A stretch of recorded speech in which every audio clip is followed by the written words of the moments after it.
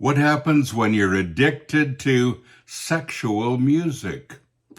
Coming up next on Pastor Bob's Coffee Break. I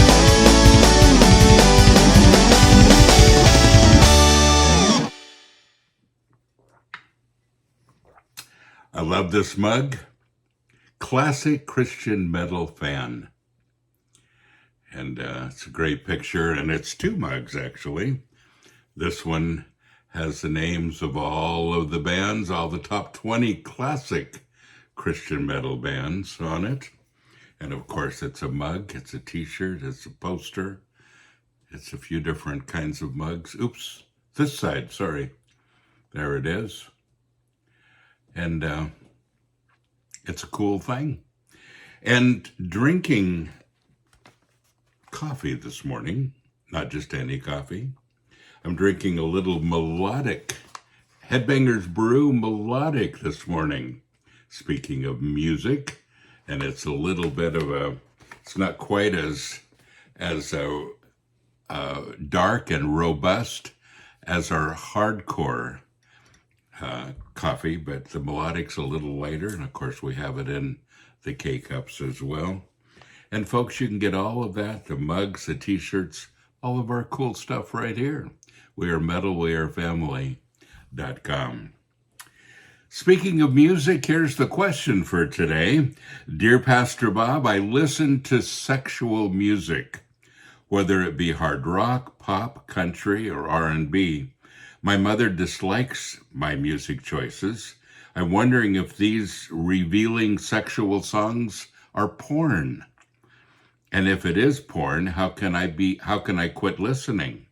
I'm a music addicted person. I like pretty much every type of music out there. But if my music is pornography, then I'm sinning and I don't want to. Well, there's a few questions that you have to ask, honestly. And the first one is, what is God's design for sexual purity? And what does that encompass? You know, it really has to do with everything. With our thoughts, with our actions, with our relationships, everything. And his design for sexual purity also, by the way, includes our music. It's another form of personal expression. So there is a lot of power in music. And, you know, if music wasn't powerful, it wouldn't sell or people wouldn't listen to it. And when we put those thoughts and those lyrics into our heads, they do affect us. You know, advertisers, you watch the Super Bowl on TV, and the people that advertise during the Super Bowl spend millions and millions of dollars in advertising, and they come up with something really catchy that they hope that you will remember and that will stick in your mind. Why? Because that'll cause you to buy the product. I still remember so many ads. And when I see a product, I remember sometimes the jingle or the ad, or sometimes even the visual logo, of that particular product. I remember listening to a commercial on TV, a commercial to sell cars. Now, I haven't seen the commercial for 40 years, probably at least. But it's Pete Ellis Dodge. Those of you living in California, Pete Ellis Dodge, Long Beach Freeway, Firestone exit, Southgate. Why do I remember it? Because I heard it so much. And that's what advertisers do. They want you to remember things.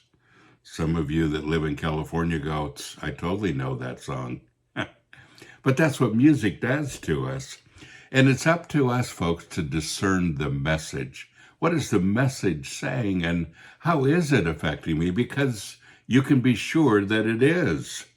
So one of the important things that we need to do is to guard our hearts.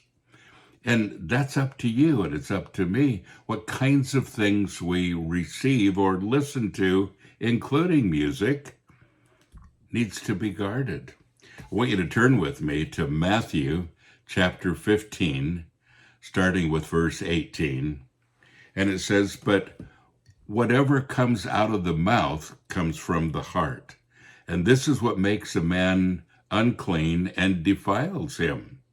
For out of the heart comes evil thoughts, reasonings, disputings, designs, such as murder, adultery, sexual vice, theft, false witnessing, slander, and irrelevant speech. These are what make a man unclean and defile him. Those are the things that do. Now, it all starts in the mind, comes out of the mouth, and it makes us the people that we are.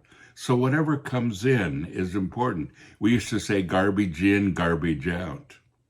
So it is important that our music reflects our lifestyle.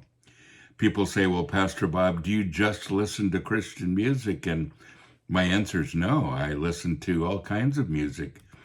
But it's important to me that my music matches my lifestyle. And there are songs that I don't listen to because, well, they simply don't match my lifestyle. It's an important thing, folks. Something to think about. Don't forget, you are blessed. So go and be a blessing.